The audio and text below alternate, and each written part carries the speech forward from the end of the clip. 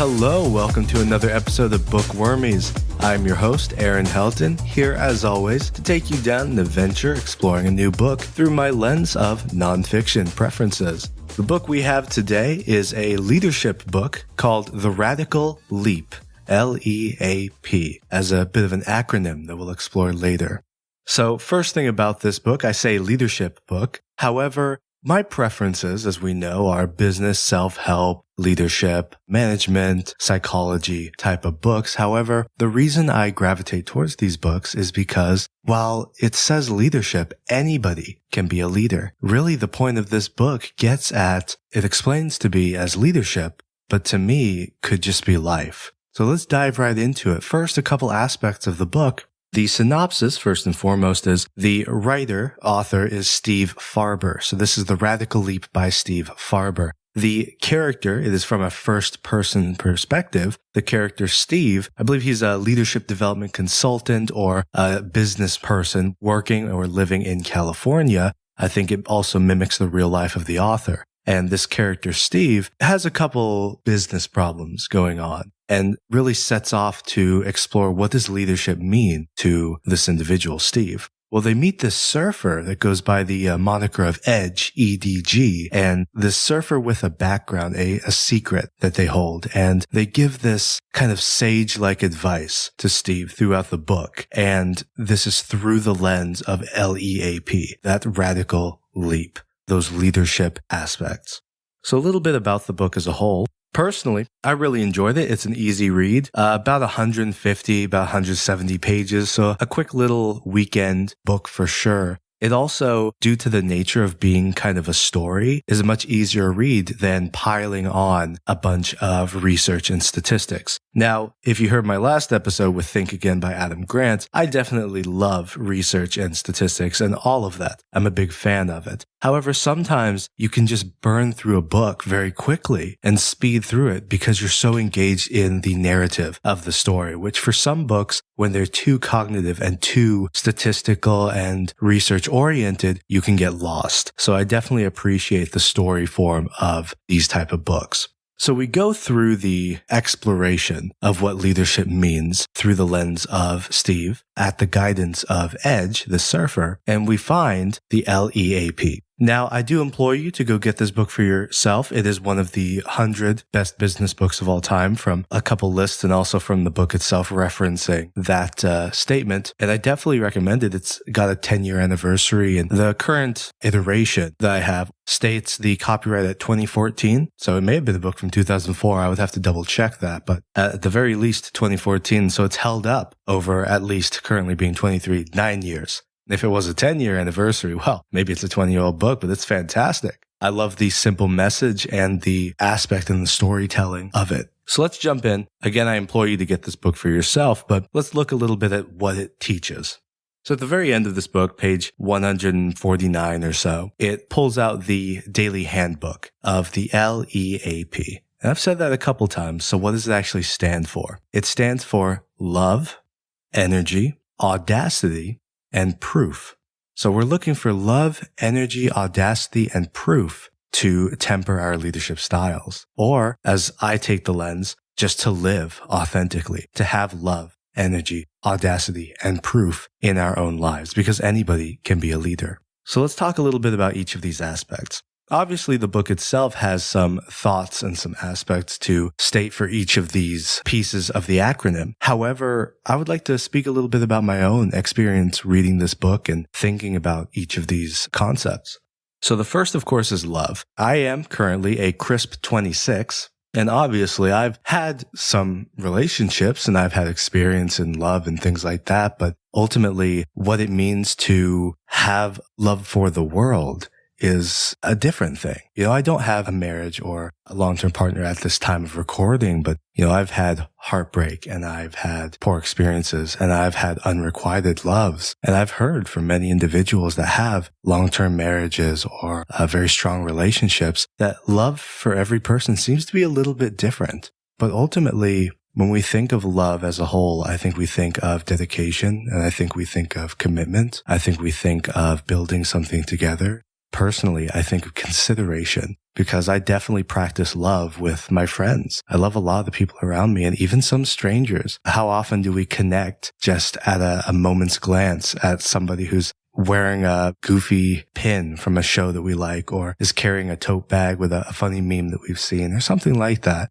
I personally believe that those are little moments of love, truly. And to speak at the radical leap, as it states for love, cultivating love, what that looks like in this book, it states a little bit of kind of leaning into passion. That's really what it talks about for love.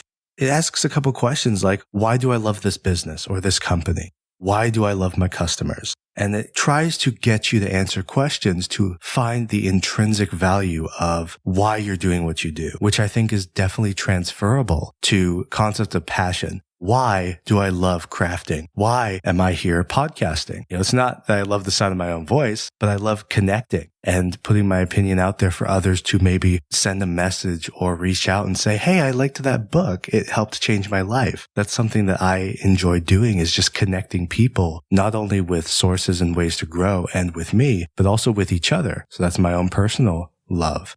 The second aspect of the LEAP, leap, was energy. And I think that's pretty self-explanatory. We talked a little bit about passion from love, but also passion in energy. Where is it that you feel your best? Where is it that you are bouncing off the walls and the day goes by so quickly and you just feel so energized? Not only that, but you think to the phrase filling your cup. You can't give from an empty cup. As somebody who has been people-pleasing and had issues with boundaries in the past, filling my cup was a very difficult thing that I had to think about. And I definitely believe that this book and energy, when I was considering it, really made me think about where are the places that fill me with energy? Because a lot of times we think, where do you become energized and where do you become passionate and where do you show up? But that can be draining to your energy. Think to the reverse. Where are the moments that fill you with energy in the sense of recharging your battery? Some people, it's the sense of calm, or others, it could be support through friendships. It could be a night out. That could be energizing for some and debilitating for others, like myself. But I think that's definitely an interesting aspect of this book, is that energy. Where do you find it and where do you give it? And being really intentional about that.